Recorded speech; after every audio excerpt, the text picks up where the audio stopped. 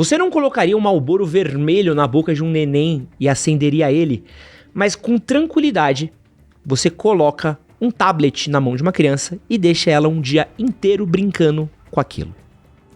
E a comparação pode parecer meio estapafúrdia de primeira, mas eu tenho uma teoria que as redes sociais são o cigarro da nossa geração, são o tabagismo da nossa época, e eu posso provar. Vamos começar aqui fazendo uma viagem ao passado.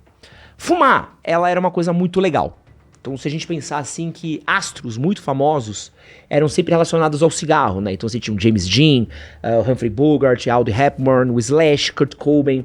Tinham essas celebridades da música, do cinema, do comportamento, que sempre eram vistas com seus cigarros, com pose de bad boy.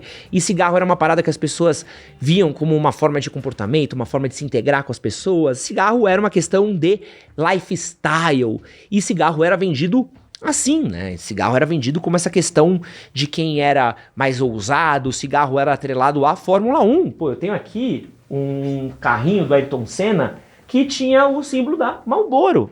Era atrelado à Fórmula 1. Eu lembro que tinha um comercial que passava no intervalo do Sai de Baixo, no domingo à noite, que era uma galera fazendo sandboard. E quando eles terminavam o sandboard, eles acendiam um cigarro. Tinha um cowboy da Marlboro. Você tinha todas essas propagandas muito legal, muito másculas do cigarro. Tinha até personagens de desenho que eram relacionados a cigarro, né? Tem um comercial famoso do Fred Flintstone, onde ele fumava e vendia cigarro. Cigarro era uma coisa que lá era cool, era bacana, era legal. Era um símbolo de status até mesmo em alguns momentos, né? O cigarro era visto como essa coisa de quem era bem sucedido, de quem tinha luxo, de quem era tinha vencido na vida, de quem era poderoso. E em determinado momento, o cigarro até mesmo foi atrelado à prática esportiva. Então existem comerciais de pessoas que praticavam esporte, terminavam e fumavam um cigarro, jogavam partida de tênis, jogavam corrida e fumavam um cigarro na sequência. Então o cigarro ele sempre teve essa glamourização. E o cigarro, ele teve um efeito muito bizarro, que é o seguinte: conforme começaram a sair estudos, reportagens e matérias falando dos males do tabagismo, a indústria tabagista viu aquilo. Aí você vai olhar e falar assim, pô, eles olharam e falaram, vamos aqui proteger as pessoas? Vamos aqui advertir as pessoas dos riscos do nosso produto? Vamos aqui ajudar as pessoas que estão consumindo nosso produto? Não. O cigarro, ele fez uma campanha muito forte contra todos aqueles que tentaram falar mal dos riscos do cigarro. Eles tentaram por anos descredibilizar todas as pesquisas que falavam sobre o tabagismo. Eles começaram a fazer lobby dentro dos governos para impedir qualquer tipo de veto contra o tabagismo. Eles fizeram lobby judicial, processaram pessoas, perseguiram pessoas, fizeram tudo o que era possível para tornar a vida das pessoas que lutavam contra o tabagismo um inferno. Eles subornaram especialistas para darem o aval ao tabagismo, eles fizeram tudo quanto era possível para manter a indústria rolando, até que em determinado momento era impossível você tapar o sol com a peneira. E se você acha que não, eu vou falar a minha realidade, tá? Eu vivi num mundo onde ainda era muito pró-tabagista. Exemplos rápidos e simples aqui. A galera fala, você podia fumar no avião, tal. Você podia fumar dentro de um restaurante. Existia a área de fumante e a área de não fumantes dentro de um restaurante. Outro exemplo, você podia fumar dentro de um shopping. Existia cinzeiros dentro de um shopping. Você podia fumar dentro da faculdade. Eu lembro de comum nos corredores da PUC ter cinzeiros. Então eu sou uma pessoa que tem 38 anos de idade. Aos meus 20 anos de idade, as pessoas fumavam no corredor da PUC. Tinha cinzeiros no chão da PUC. Tinha cinzeiro do McDonald's. Então você entende que a rapaziada fumava dentro do McDonald's. A gente tá falando aqui de uma realidade dentro da balada. A balada era super comum fumar dentro da balada. Então a gente tá falando de um mundo onde o cigarro ele era super inserido. E depois a sociedade civil, ela entendeu como os males do tabagismo faziam mal, todos os riscos, tudo que fazia. A gente entendeu do câncer. A gente começou a fazer campanhas contra tabagismo. A gente fazia campanhas falando do câncer, falando dos efeitos. Começamos a colocar o fetinho morto ali atrás do maço de cigarro. Começamos a repercutir tudo isso, pipipipopó. Tivemos todos esses efeitos. E aí o tabagismo ele foi considerado como é hoje. E o mesmo acontece com as redes sociais.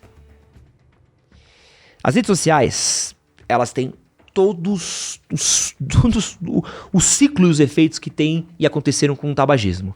Ela tem essa associação muito grande com celebridades e influenciadores. As redes sociais têm todo esse rolê de símbolos de status social. As redes sociais têm esse lobby gigantesco dentro dos governos. As redes sociais, elas lutam fortemente para que ninguém fale a respeito de todos os danos que elas causam na saúde das pessoas. E a gente tá sofrendo agora um monte de consequência do uso das redes sociais e a gente não fala a respeito porque a gente tá começando a ver os resultados. Então, se a sociedade civil começou a ver na década de 70, 80, 90 os efeitos ali do excesso compulsivo do tabagismo como produto da sociedade pós-revolução industrial, a gente tá começando a viver o mesmo do uso das redes sociais. Porém, a gente não fala a respeito porque ainda é muito legal.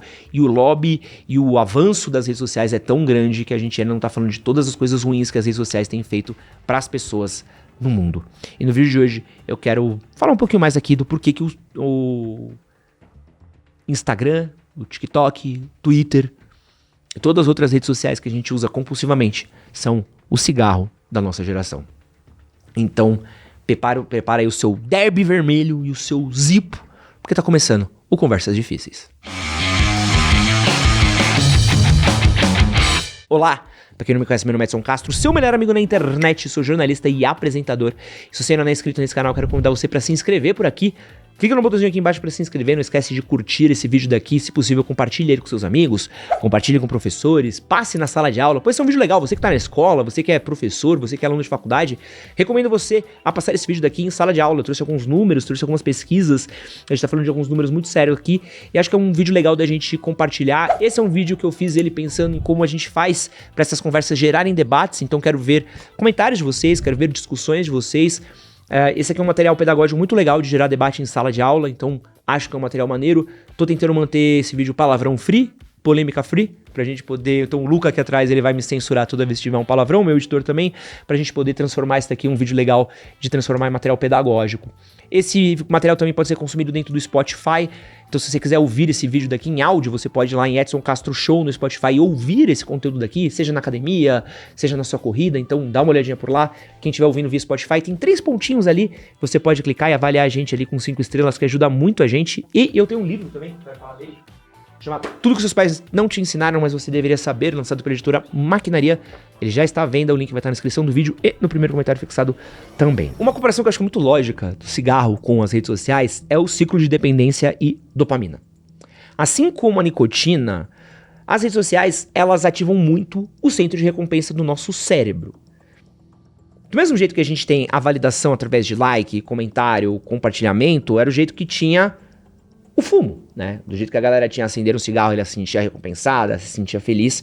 A gente acaba tendo essa fissura pela recompensa digital. Ah, eu preciso ter o meu like, eu preciso ter o meu compartilhamento, eu preciso ter essa parada. E a gente acaba criando essa compulsão, até mesmo essa insatisfação, sentimento de não se sentir bem de acordo com algo que a gente postou ou que a gente fez. Então, vou dar um exemplo pra você. Você posta uma foto. Cara, isso eu já vi acontecer isso ao vivo, é muito louco, né? Uma amiga minha uma vez postou uma foto e ela normalmente tinha 30 likes. Ela não era influenciadora. E a foto não deu 30 likes. Ela apagou as fotos. Porque, segundo ela, as pessoas odiaram a foto dela.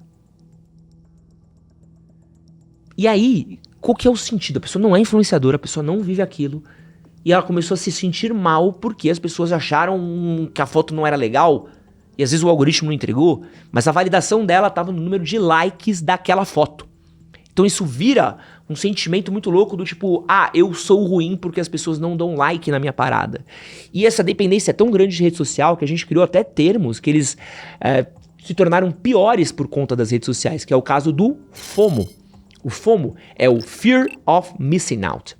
Ele é o medo de não pertencer. Então, você provavelmente já passou por isso. Sabe quando você passa uma tarde desconectado do seu celular, desconectado do seu computador, desconectado do que você está consumindo, e aí você começa a se sentir completamente ansioso porque você não sabe o que está acontecendo no mundo, e você começa a olhar e falar assim, meu Deus, eu não tô sabendo das notícias, eu não tô sabendo das coisas que estão acontecendo, eu tô completamente atrasado, eu não tô sabendo de nada, e você começa a ficar cada vez mais ansioso, ou, sei lá, tá todo mundo comendo moranguinho do amor, e você precisa consumir o moranguinho do amor, e você precisa ter, porque tá todo mundo fazendo, e tá todo mundo consumindo, e você não, né?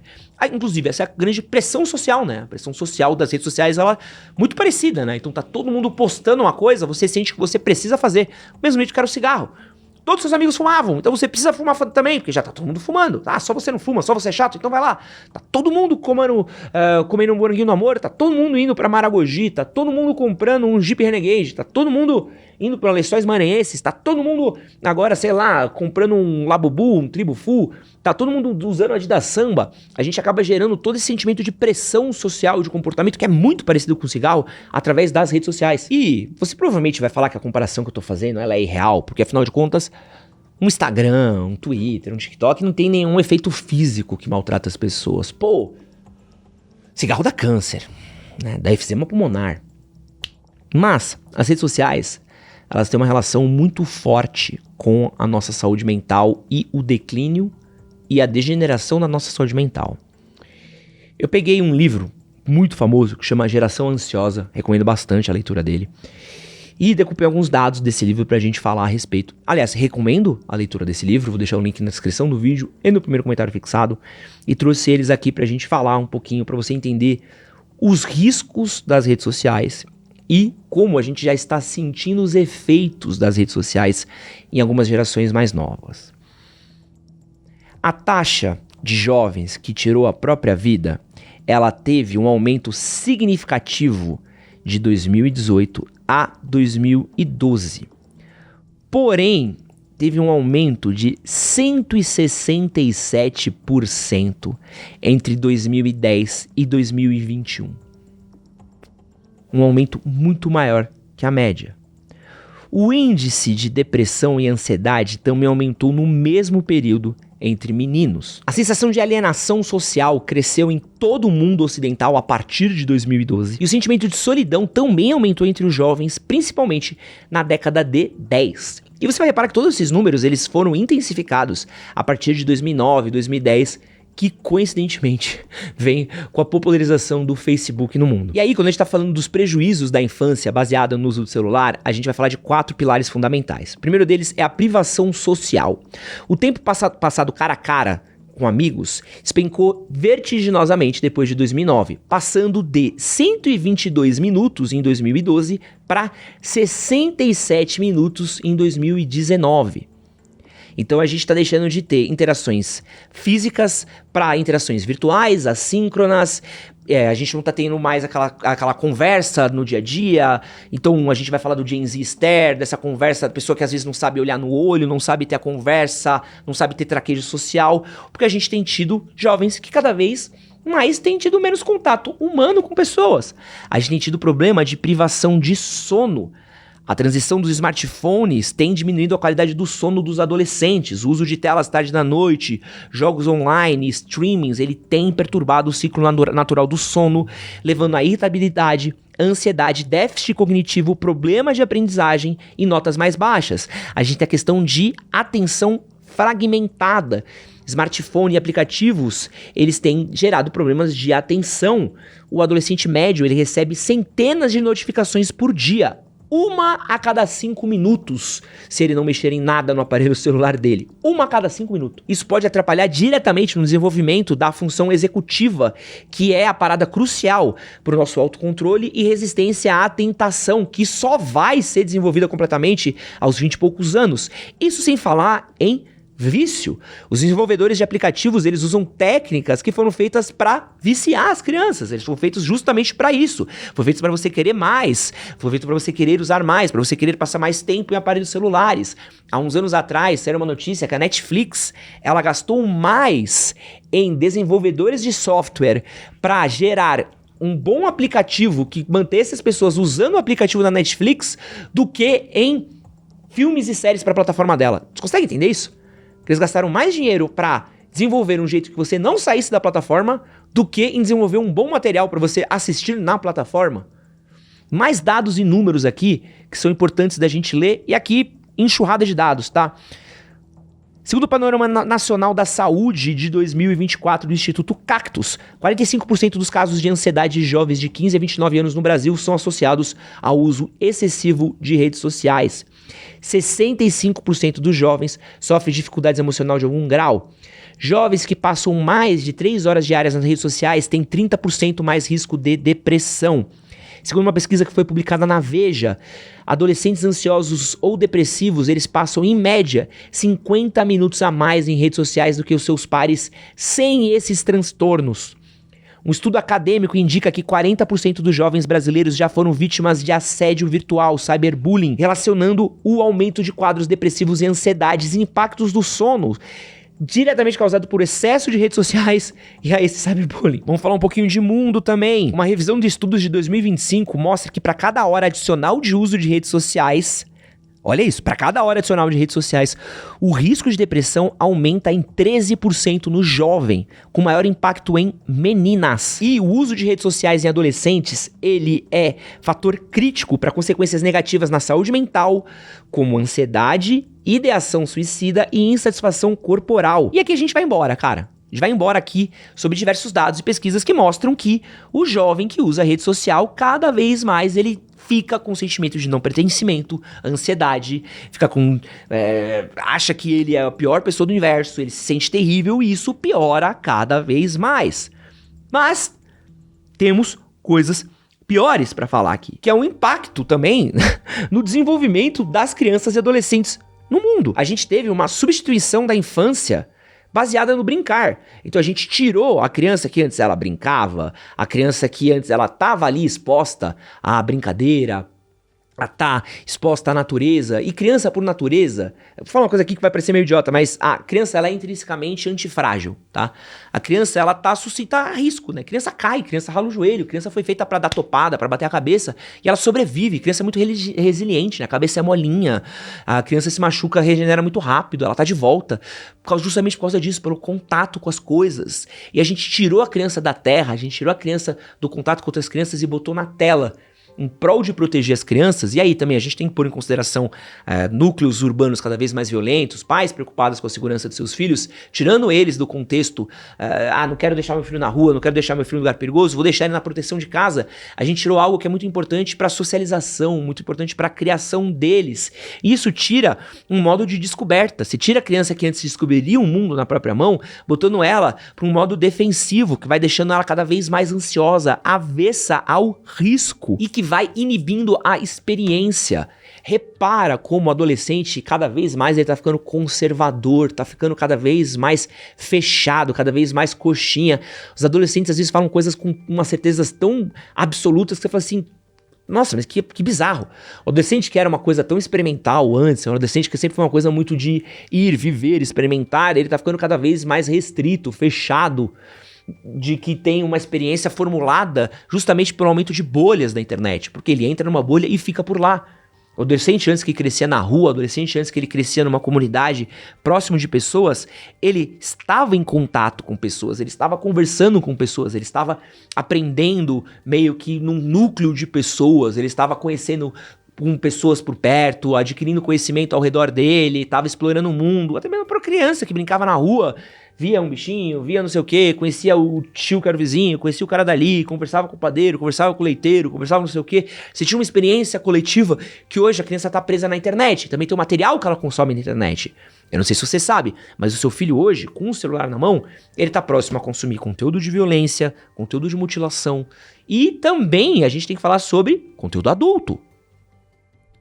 Pornografia. Pornografia hoje chega na criança com uma facilidade gigantesca. Grupos do Discord, grupo do Telegram, cada vez mais tem diminuído a idade mínima que as crianças têm tido contato com esse tipo de conteúdo, sem falar os casos que têm aumentado de predadores sexuais, que têm ficado cada vez mais fáceis de chegar próximos às crianças. Recentemente teve todo o caso da polêmica do Felca, mas a polêmica do Felca ainda acho pouco comparado ao caso do Roblox. Roblox é um jogo de videogame onde grande parte de seus usuários são crianças e tem um processo rolando no Ministério Público norte-americano onde eles estão acusando o Roblox de ser conivente com predadores sexuais infantis.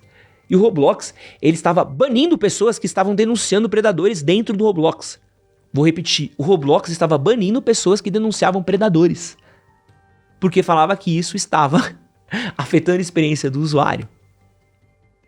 Então o seu filho, ele tá num ambiente, ou ele tá consumindo material, ou ele vai virar instrumento de material uma hora ou outra. Existem algumas pesquisas que mostram que os jovens dessa geração, eles estão com um aumento de uma anomia, né? Eles têm essa questão dessa coisa da vida sem sentido e uma evitação de risco.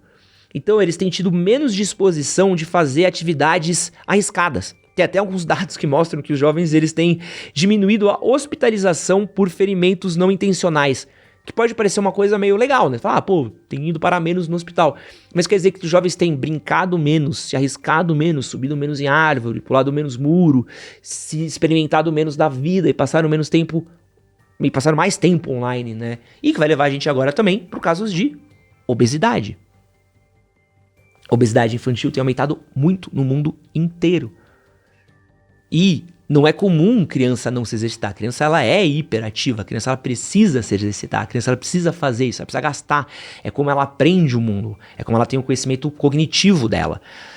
E aqui, cara, a gente pode ir embora porque tem muita coisa. A gente pode falar sobre jogo, a gente pode falar sobre vício. As crianças elas estão sendo colocadas em lógicas de jogos de videogame que já treina elas para bets desde cedo.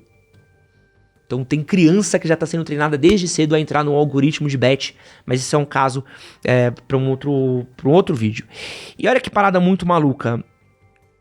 A gente jogou muitas dessas crianças em celulares e tablets sem sequer saber o risco. Mais ou menos como foi o cigarro. Se você parar pra pensar, em idos de 2010, 2011, 2012, quando todos esses números começam a piorar, ninguém falava de rede social, risco de tela, ninguém falava disso. Pô, tô jantando, eu tenho um tablet, meu filho tá bagunçando. É conveniente. Toma o tablet aqui, deixa o papai jantar. Pô, o papai tá trabalhando muito aqui, fica com o tablet no sofá da sala. Isso é tudo plenamente conveniente, né? Eu preciso fazer uma coisa aqui, preciso que meu filho não enche meu saco. Pega o celular, fica aqui no celular, não me atrapalha. Só que a gente foi entender os riscos disso quando a gente começou a ver as primeiras gerações que cresceram com parte da criação relacionada a redes sociais. Muitas pessoas reclamam da geração Z. Veja bem, as pessoas que reclamam da geração Z, a geração Z é parte criada com rede social. Porque a diferença dos millennials para a geração Z é que os millennials, eles ainda têm a transição do offline para o digital. A geração Z já cresceu no mundo digital, mas ele ainda não era 100% online, né? Não era 100%. Os alfas, que são a geração que está começando a entrar no mercado, eles já cresceram no mundo com Facebook, Instagram, Twitter, TikTok e tudo. Então a gente está começando a ver os efeitos dessa geração agora. Pior, a gente está vendo a geração que cresceu na pandemia. E a gente vai começar a ver os efeitos dessa galera agora. Índice cognitivo, índice de aprendizado, questão de falta de socialização. A gente vai ver um monte disso e a gente vai começar a falar disso agora. E a gente está começando a falar um pouco mais disso agora. Que nem a gente começou a falar do tabagismo lá atrás. Fumava. Não, mas tá tudo bem fumar, né? Qual o problema de fumar? Só foi entender o risco de fumar 10, 20 anos depois, tipo assim, dava câncer, né? Você precisa de um tempo fazendo merda pra você entender o risco daquilo. Você precisa de uns 10 anos de uma criança usando rede social e tablet pra você entender, tipo, né? Isso aqui não fez bem pro meu filho, né? Tanto que existem rumores que dizem que a geração beta, né? Que é o que vai vir depois dos alfas, provavelmente vai ser uma geração muito mais offline do que os alfas. Porque os pais que viram a geração alfa sendo criada conectada, tá podando. E tem crescido esse crescimento. A gente tem tornado isso uma prioridade, né? Tipo, diminuir o número de tela, diminuir o número de celular, tudo mais. E é óbvio que a gente tá falando isso aqui sobre criação, mas a gente também pode falar isso sobre adulto. Porque é muito fácil a gente jogar isso pra criança. Mas, ao mesmo passo que as crianças cresceram, a gente também se tornou dependente. Vamos falar sobre idoso? Cara, isso aqui é um tópico à parte. Tem muito idoso solitário que o filho abandona na casa e o pai não tem companhia. E o cara passa 24 horas por dia sozinho. E esse cara, ele vai buscar ajuda, vai buscar companhia. Você acha que ele vai buscar companhia aonde? A companhia dele é o celular dele, a rede social. O cara fica extremamente dependente de rede social. Ele vai socializar. O bingo dos velhos de hoje em dia é o grupo do WhatsApp. É o Facebook. Ele vai pra lá porque é onde ele vai socializar, é onde ele vai encontrar a socialização que ele não encontra mais na rua, que ele não encontra mais na conversa de portão, que ele não encontra mais no clube de tricô. Então, ao invés desse velho tá encontrando gente pessoalmente, ele tá preso em grupo do WhatsApp e ele se torna vítima fácil de movimentos políticos, de golpes e de todo tipo de loucura que acontece ali através dos grupos de redes sociais. E aí também a gente pode falar de pessoas também que são completamente alienadas e presas e completamente fodidas de rede social. E conheço muitas pessoas que não conseguem ficar muito tempo longe do celular, senão fritam. E essa é uma parada muito séria, que a gente ficou completamente condicionado.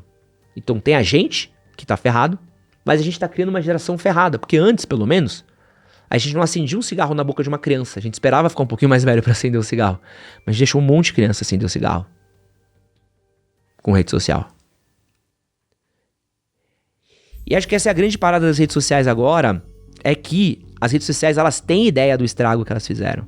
Elas têm ideia do estrago que elas fizeram com a saúde mental das pessoas, elas têm ideia do estrago que elas fizeram com os filhos das pessoas, elas têm ideia dos estragos que elas fizeram politicamente com as pessoas, elas têm ideia dos estragos que elas fizeram de tudo quanto é jeito, desse abuso da parada, e não adianta a gente jogar a culpa só no indivíduo, tá? Mas a culpa é de quem usou muito, tal. Também. Mas pensa que tudo que foi feito aqui foi feito justamente para que você use mais. Não é acidente. Você agir como se fosse acidente é inocência sua. Sim, existe uma questão de autocontrole? Concordo. Mas existe também uma indução muito grande a fazer com que você use mais. E mais. E mais. Foi feito pensado nisso. Como é que eu mantenho esse cara usando? E eles sabem disso. E não vai mudar. E não vão mudar por conta própria. Uma rede social, ela nunca vai assumir a meia-culpa do puta, fizemos merda, né? Tanto que a minha rede social hoje, ela briga com a televisão, ela briga com a Netflix, ela briga com o PlayStation, porque eles querem o seu tempo, eles querem sua atenção. A moeda mais cara hoje é a atenção. E o desafio hoje nosso é justamente esse. Quem é que tá no controle? Quem é que tá no controle da sua vida? Quem é que tá no controle do seu consumo? Quem é que tá no controle da sua saúde? Quanto que você deixa a rede social afetar a sua saúde mental? Sua saúde cognitiva, o seu sono? E o quanto você consegue se desconectar? Quanto de ansiedade você não deixa ser gerado por rede social? Porra, quanto de desgraça não tem na sua cabeça, né? O fenômeno do doom scrolling, de você estar o tempo todo só vendo notícia ruim, e às vezes se você sai pra fora, tá tudo bem na sua rua, tá tudo bem no seu bairro. Tá tudo legal lá fora. Só que você tá dentro de casa consumindo o celular, parece que o mundo tá acabando, quando tá tudo ok lá fora. Então, é preciso olhar para as redes sociais com os mesmos riscos que a gente olha pro cigarro. É legal? É. É divertido? É. Eu nunca vi alguém que fuma que fala que não é legal, que não é divertido. Todo mundo que eu conheço que fuma fala que é legal pra cacete fumar. Todo mundo fala exatamente, é muito legal fumar. É muito legal fumar, a galera fala, é gostoso. Toda vez que a galera fuma, desestressa. Todo mundo que fuma fica nice. Só que são justamente isso, mas eu não consigo parar. Olha isso, eu não consigo parar. É legal, mas eu não consigo parar. Eu preciso fumar sempre. E tá me fazendo mal, eu não consigo subir escada, eu não consigo correr. E eu tô fedendo. E meus dentes estão ficando amarelo, e meus dedos estão ficando amarelo. E meu pulmão tá ficando podre, eu tô tossindo sangue, eu não consigo parar, mas é muito legal. Essa é a rede social. Meu nome é Edson Castro, isso é Conversas Difíceis. Valeu.